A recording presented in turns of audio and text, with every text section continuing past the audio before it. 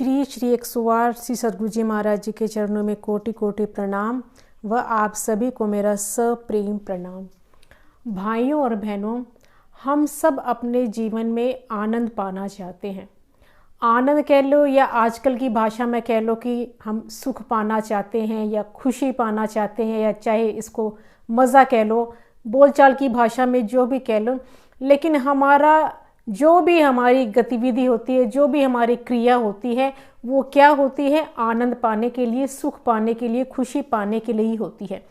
हर कोई जो है, हर जीव जो है, चाहे जानवर ले लो, चाहे चींटी से लेकर हाथी तक, इंसान, सभी जो भी उनकी क्रिया होती है, जो भी उनका कार्य होता है, वो सुख पाने के लिए होता है। हम कोई भी काम दुख पाने के लिए करते नहीं हैं। ये बात हमको किसी ने सिखाई भी नहीं है कि भाई दुख मत चाया करो, सुख चाया करो। हम स्वाभाविक रूप से सुख पाना चाहते हैं, आनंद पाना चाहते हैं। ऐसा क्यों? क्योंकि हम हैं आनंद के अंश। आनंद यानी हम परमात्मा, हमारे अंदर जो जीव जो है, हमारा जीव जो है, हमारी आत्मा जो है, वो परमात्मा का अंश है। और परमात्मा का स्वरूप कैसा है? अनंत आनंद स्वरूप, यानी कि आनंद का भंडार, आनंद का सिंधु। उस आनंद रूपी सिंधु के हम अंश हैं और इसीलिए हम आनंद पाना चाहते हैं। सुबह से लेकर शाम तक हमारी जो भी एक्टिविटीज़ होती है, वो आनंद पाने के लिए, सुख पाने के लिए ही होती है। तो हर पल, हर जीव हर पल सुख पाने के लिए चेष्टारत रहता है, काम करता रहता है, लेकिन फिर भी कोई ये कह नहीं पाया है कि हम सुखी हो गए। जब से वो पैदा होता है, जब तक उसको मृत्यु जब तक ना आ जाए, तब तक वो चेष्टारत रहता है कि मुझे सुख मिल जाए, मुझे आनंद मिल जाए। लेकिन फिर भी एक जन्म क्या, कई जन्म उसको बीत गए हैं, लेकिन फिर भी उसको वो आनंद मिल नहीं पाया है। क्यों? इतना प्रयत्न करने पर भी, इतनी चेष्टा करने पर भी, इतने जन्म लगाने पर भी उसको वो आनंद मिल नहीं पाया है। क्योंकि अगर उसको आनंद मिल गया होता तो उसका दोबारा जन्म ही नहीं होता, जिसका वो अंश है। आनंद हम इसलिए पाना चाहते हैं क्योंकि हम आनंद के अंश हैं, और स्वाभाविक रूप से जिसके हम अंश होते हैं, अंश जो है उसका रुझान अपने अंशी की तरफ होता ही है। हम देख सकते हैं कि जैसे अग्नि जो होती है, अग्नि सूर्य का अंश है, उसकी लौ को हम कितना भी ढक दें, लेकिन उसका रुझान किधर होता है? सूर्य की तरफ ही होता है, ऊपर की तरफ होता है। मिट्टी जो होता है वो पृथ्वी का अंश है। मिट्टी के ढेले को कितना भी, पत्थर को कितना भी ऊपर उछालो, लेकिन वो अपने अंशी पृथ्वी पर जाकर मिलेगा ही। पानी जो है, जल जो है, वो उसका रुझान किधर होता है? समुद्र की तरफ होता है। कितनी भी बाधाएं आ जाए, लेकिन वो समुद्र में जाकर मिलेगा, क्योंकि उसका रुझान जो होता है वो समुद्र की तरफ होते हैं। तो अंश का रुझान स्वाभाविक रूप से अपने अंशी की तरफ होता है। इसलिए प्रत्येक जीव आनंद पाना चाहता है, लेकिन वो हमको आनंद मिला नहीं। क्यों? क्योंकि एक हमारा गलत फहमी है, मिसकंसेप्शन है। दुनिया के कुछ एक लोगों को छोड़कर हर लोगों को, 99.9% लोगों में यही मान्यता है कि हमको आनंद कहाँ मिलेगा? ये जो संसार के जो साधन जो है, इंद्रियों के जो सुख है, उसको हम पालेंगे तो हमको आनंद मिल जाएगा। बहुत हमको धन अगर हमको मिल जाएगा तो हमको आनंद मिल जाएगा। सारे सुख जिसको हम सुख में काउंट करते हैं कि अच्छा से अच्छा हमको घर मिल जाए, खूब खरबपति अरबपति हम हो जाएं, अच्छा घर हो जाए, अच्छा परिवार हो जाए, सब कुछ अच्छा हो जाए, लेकिन फिर भी वो ये बात कॉन्फिडेंस के साथ कह नहीं सकेगा कि मुझे आनंद मिल गया है, अब मुझे और कुछ नहीं चाहिए। उसके ईर्ष्या, द्वेष, क्रोध उसके खत्म हो गए हैं। क्योंकि जिसको आनंद मिल जाएगा वो तृप्त हो जाएगा। उसके ईर्ष्या, किसी से कोई ईर्ष्या नहीं रहेगी, कोई क्रोध नहीं रहेगा, वो तृप्त हो जाएगा, शांत हो जाएगा। लेकिन ऐसा कोई भी बड़े से बड़ा सेठ, बड़े से बड़ा अरबपति भी ऐसा कह नहीं सकता है कि मैं अब तृप्त हो गया, मुझे अब और कुछ नहीं चाहिए। उसके अंदर के क्रोध, द्वेष खत्म हो गए हैं। अपने से ऊपर वाले को देखकर वो भी कुढ़ता है, वो भी चाहता है कि मुझे ये मिल जाता तो अच्छा होता, मुझे ये मिल जाए। तो जब तक उसके अंदर कुड़न है, शिकायत है, तब तक उसको वो आनंद उसको मिला नहीं है। यहाँ पृथ्वी लोक के मृत्यु लोक के सुख की बात क्या कहे, स्वर्ग का राजा इंद्र जो है वो भी आनंद उसको भी नहीं मिला है, जबकि स्वर्ग में तो ऐश्वर्य का, सारे सुखों के, इंद्रियों के सुखों का भंडार है। ऐसा शास्त्रों में वर्णन आता है कि स्वर्ग के सुख, मृत्यु लोक के सुख तो स्वर्ग के सुख के आगे गंदी चीज के समान है, जैसे मल मूत्र के समान है। जब जिसको हम यहाँ के सुख में काउंट करते हैं, यहाँ के बड़े से बड़ा सुख जो हम काउंट करते हैं, वो सुख तो स्वर्ग के सुख के आगे मल मूत्र के समान है। तो फिर उस सुख को जिसने पा लिया, यानी कि इंद्र, स्वर्ग के देवी देवता जो, और इंद्र जो है स्वर्ग का राजा जो है, वो भी, उसके भी क्रोध और ईर्ष्या द्वेष उसके भी समाप्त नहीं हुए, यानी कि सारे सुख उसको मिल गए हैं। ऐश्वर्य, इतने ऐश्वर्य होने के बाद भी आनंद की प्राप्ति उसको भी नहीं हुई है। तो इस मृत्यु लोक के साधारण जीव की तो हम बात ही क्या करें।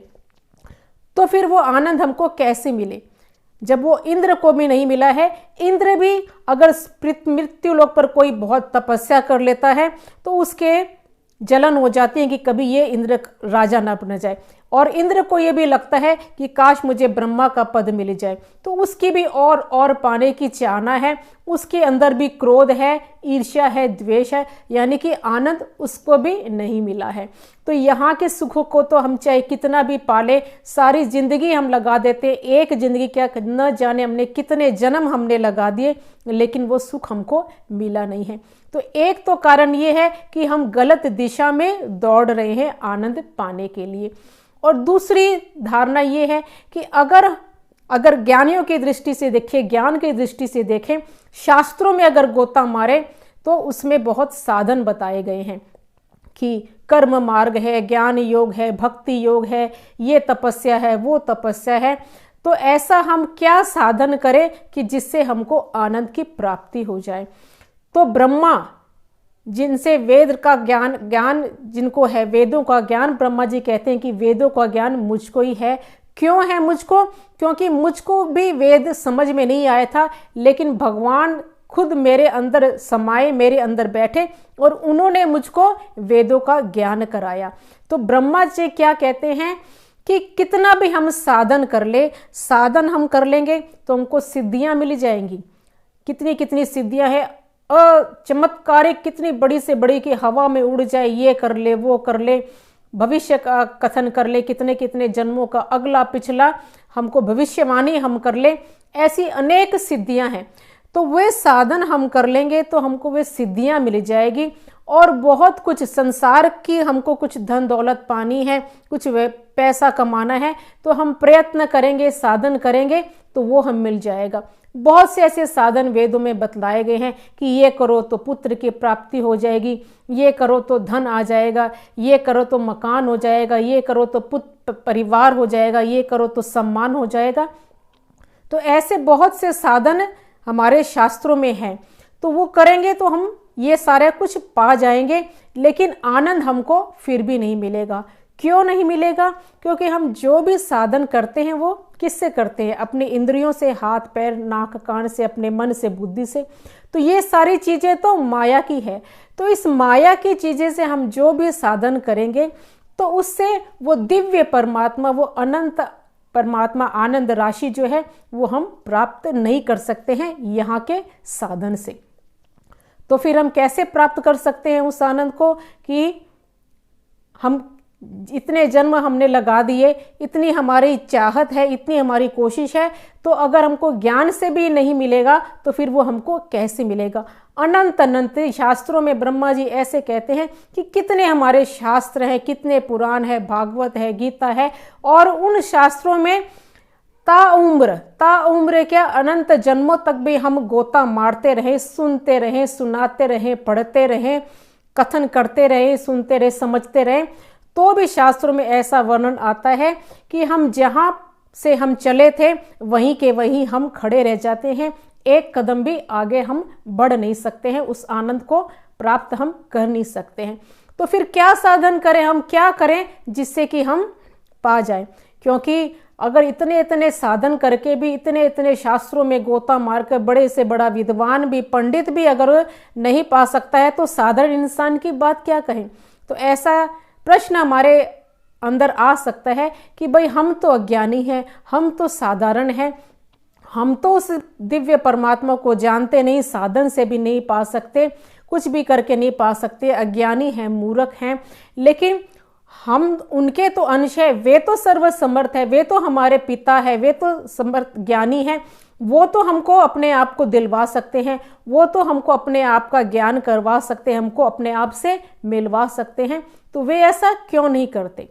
तो शास्त्रों में वर्णन आया, ब्रह्मा जी कहते हैं कि भगवान खुद कहते हैं कि संसार की कितनी चीज़ें हैं, संसार में कितनी चीज़ें हैं, कितनी देखने की वस्तुएं हैं, कितनी खाने की वस्तुएं हैं, कितनी घूमने की वस्तुएं हैं, न जाने असंख्य अनंत चीज़ें भगवान ने इस दुनिया में बनाई है।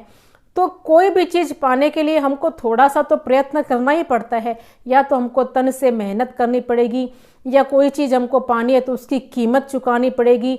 अगर कीमत हमारे पास नहीं है, कुछ हमको करने के लिए नहीं है, तो हम चोरी करेंगे, डकैती करेंगे, कुछ न कुछ तो हमको धन से या तन से या कुछ न कुछ तो हमको कीमत उसकी चुकाकर हमको वो चीज़ हमको प्राप्त होती है। लेकिन भगवान ने कहा है कि जिसको तुम पाना चाहते हो, यानी कि आनंद तुम पाना चाहते हो, तो सबसे जो जरूरी चीज़ है उसको पाने के लिए तो तुमको इतनी सी भी मेहनत नहीं करनी है, और छोटी से छोटी चीज़ पाने के लिए तुमको कुछ न कुछ तो कीमत चुकानी पड़ेगी, कुछ न कुछ तो मेहनत करनी पड़ेगी। लेकिन आनंद जो तुम पाना चाहते हो इतने जन्मों से, उसको पाने के लिए तो तुमको कुछ भी करने की जरूरत नहीं है, कुछ भी प्रयत्न करने की जरूरत नहीं है, ना कोई तुमको इतने शास्त्रों में गोता मारने की जरूरत है। वो चीज़ तो बहुत ही सस्ती है, सबसे सस्ती वो आनंद है। तो फिर वो हमको मिल क्यों नहीं रही है? क्या करना पड़ेगा? तो उदाहरण देकर बतलाते हैं कि जैसे कि एक बच्चा है, बच्चे में के पास तो अगर वो आइसक्रीम खाना चाहता है तो उसके पास तो पैसे भी नहीं है कि वो पैसे देकर वो आइसक्रीम ले ले, पैसे भी नहीं उसके पास तन में इतनी शक्ति भी नहीं है कि छीन झपट के चोरी करके भी इतनी समझ नहीं है, और ना इतने तन में उसकी ताकत है कि छीना झपटी करके वो आइसक्रीम ले ले। तो लेकिन उसको आइसक्रीम तो लेनी है, तो वो कैसे लेगा? अपने पापा के आगे रोना शुरू कर देगा, रोना शुरू कर देगा, आइसक्रीम के लिए रोना शुरू कर देगा। तो रोएगा तो उसके पापा उसको आइसक्रीम लेकर उसको दिला देंगे। तो बस हमको भी उस बच्चे की तरह हमको भी रोना है, क्योंकि हमारे पास इतना सामर्थ्य नहीं है हमारे इंद्रियों में कि हम उस इंद्रियों से, तुच्छ इंद्रियों से साधन करके उस दिव्य परमात्मा को पाले, उस आनंद को पालेंगे। हमारे पास इतना सामर्थ्य नहीं है, इतनी हमारे पास शक्ति नहीं है। हम उसको चोरी डकैती भी नहीं कर सकते, क्योंकि एक एक्टिविटी की हमारी खबर उस परमात्मा को है, तो चोरी डकैती का भी सवाल पैदा नहीं होता है। तो हमको क्या करना है? हमको सिर्फ रोना है, उस परमात्मा के लिए हमको रोना है। हम रो देंगे तो वो अपना सब कुछ अपने आप तक को हमारे ऊपर लुटा देंगे। हमको बस रोना है। तो ये सवाल उठता है कि रोते तो हम बहुत हैं, रोते तो हम जब से पैदा हुए हम तब से रो रहे हैं, जब से पैदा हम हुए हैं हम रो रहे हैं, घर में भी रो रहे हैं, मंदिरों में जाकर भी रोते हैं। लेकिन रोते किसके लिए हैं? संसार के लिए, पुत्र के लिए रोते हैं, धन के लिए रोते हैं, उससे शिकायत है, उसने मेरा अपमान कर दिया, उसने मेरी नहीं मानी, वहाँ मेरी नहीं चलती, मुझे ये नहीं मिला, मुझे वो नहीं मिला। तो ये सब हमारा रोना रहता है, रोना हमारा संसार का रहता है। उस आनंद सिंधु को, परमात्मा के लिए तो हम रोते नहीं हैं। उसके लिए अगर हम रो देंगे तो वे झट से हमको मिल जाएंगे। कोई भी हमको कीमत तो उसकी कुछ है ही नहीं, वो तो अमूल्य है, उसका तो कोई मूल्य है ही नहीं। कुछ भी हमको चुकाना नहीं है, कुछ भी साधन हमको करना नहीं है, हमको बस परमात्मा के लिए रोना है। उनके लिए हम आंसू हम बहा देंगे तो वे हमारे सामने खड़े हैं, लेकिन परमात्मा के लिए आंसू हमारे आते नहीं है। बस यही हमारी जरा सी भूल है। नहीं तो परमात्मा तो आनंद जो हम पाना चाहते हैं वो तो बिल्कुल सस्ता है, सबके लिए सस्ता है, ज्ञानी हो चाहे अज्ञानी हो, अनपढ़ हो, गवार हो, कुछ भी हो। लेकिन रोना आता नहीं है हमको परमात्मा के लिए। क्यों नहीं हमको रोना आता है? क्योंकि अहंकार जो है वो सबसे बड़ी बाधा है। जरा सा भी कुछ हमने विद्या अर्जित कर ली, संसार का कुछ भी, कोई भी हमने वैभव अर्जित कर लिया, चाहे कुछ थोड़ा सौंदर्य अगर हमारा बढ़ गया, चाहे ज्ञान थोड़ा सा हमने पा लिया, चाहे 4 पैसे कमा लिए, तो हमारी अकड़ बढ़ जाती है। 4 पैसे कमा लेंगे तो थोड़ा जो कम करीब होगा तो उसको हम अंडर एस्टिमेट करते हैं, उसको हम कुछ नहीं समझते हैं। हम अगर कुछ पढ़ ले, कुछ ज़्यादा PhD पढ़ ले, तो थोड़ा जो कोई कम पढ़ा लिखा हो उसको हम कुछ भी नहीं समझते हैं। यानी कि थोड़ा सा भी कुछ हमको मिल जाता है तो हम अहंकार में भर जाते हैं, मद में भर जाते हैं। तो ऐसी जब हमारी स्थिति होती है, अहंकार में हम भर जाते हैं, तब आंसू नहीं आते हैं। तो इसीलिए तो कुंती, जो जिसको परम ज्ञानी कहना चाहिए, कुंती ने क्या मांगा? उस आनंद को पाने के लिए क्या मांगा? हे परमात्मा मुझे दुख दो, क्योंकि दुख में ही हम परमात्मा को याद करते हैं। परमात्मा को याद कर कर परमात्मा के लिए हमारे आंसू आते हैं। इसीलिए परमात्मा जिस पर कृपा करते हैं, जिस पर दया करते हैं, उससे संसार का सारा वैभव छीन लेते हैं। क्यों छीन लेते हैं? क्योंकि परमात्मा चाहते हैं कि वो मद में ना जाए, अहंकार में ना जाए, और उस आनंद सिंधु को जिसकी तलाश वो जन्मों जन्मों से कर रहा है उसको पा जाए। तो जिस पर परमात्मा कृपा करते हैं उसका सब कुछ छीन लेते हैं, ताकि वो अहंकार शून्य हो जाए, असहाय हो जाए। और असहाय होकर जब हम उस परमात्मा के लिए रोएंगे तो वो झट से आनंद सिंधु तो हमारे सामने भरा पड़ा है, वो आनंद ही आनंद उसको पा लेगा। उस परम सिंधु को, उस परम आनंद सिंधु को वो पा लेगा।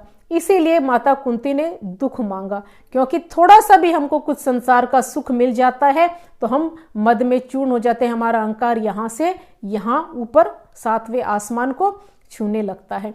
जैसे कि रामायण में भी एक दृष्टांत आता है कि एक समय था जब सुग्रीव के पास कोई राज्य नहीं था, उसका राज्य छीन चुका था उसके भाई के द्वारा। तो वो राम के शरण में गया। राम के शरण में गया तो शरण आए कि तो राम सारी सुनेंगे, और राम ने वो राज्य सुग्रीव को दिला दिया। और जब सुग्रीव को वो राज्य मिल गया तो वो राम को भूल गया। वो राज्य के मद में ऐसा अंधा हो गया कि जिसने वो राज्य दिलाया था वो सब कुछ भूल गया। तो इस संसार के सुख का मद, संसार के ऐश्वर्य ऐसा ही होता है कि उसमें मद में आकर वो परमात्मा को, उस सर्वशक्तिमान को, उस आनंद सिंधु को भूल जाता है। तो उसको पाने का क्या करना है? उसको पाने के लिए क्या करना है? कोई हमको साधन करने की जरूरत नहीं है, कोई हमको शास्त्रों में गोता लगाने की हमको जरूरत नहीं है। बस उसके लिए हम रो देंगे तो वो हमको मिल जाएंगे। इसीलिए तो मीरा भी कहती है कि मेरे रोने से तुझको जो आए हंसी, तो रो रो कर तुझको हंसाया करूं। तो बस हम उनके लिए 2 आंसू अगर हम बहा देंगे तो हम उसको पा लेंगे। आंसू हमने बहुत बहाए और बहाते जा रहे हैं, लेकिन परमात्मा के लिए हमने आंसू नहीं बरमाए। परमात्मा से हम कुछ न कुछ संसार को चाहते हैं, संसार के लिए आंसू हमने बहुत बहाए और परमात्मा के लिए एक आंसू नहीं। तो उनको आंसू बहा देंगे तो वो तो सबसे सस्ते हैं। कुछ भी संसार की चीज, छोटी सी छोटी वस्तु भी चाहिए तो हमको उसको कीमत चुकानी पड़ती है, समय देना पड़ता है, मेहनत करनी पड़ती है, मूल्य देना पड़ता है, कुछ न कुछ हमको देना पड़ता है जब हमको मिलती है। लेकिन वो कुछ भी हमको करने की जरूरत नहीं है। तो उस आनंद सिंधु को, अपार जो अनंत आनंद है, स्वरूप है, उसको हम पा लेंगे। बस उसके लिए हमको आंसू बहाने हैं। बोलिए श्री प्राणनाथ प्यारे की जय।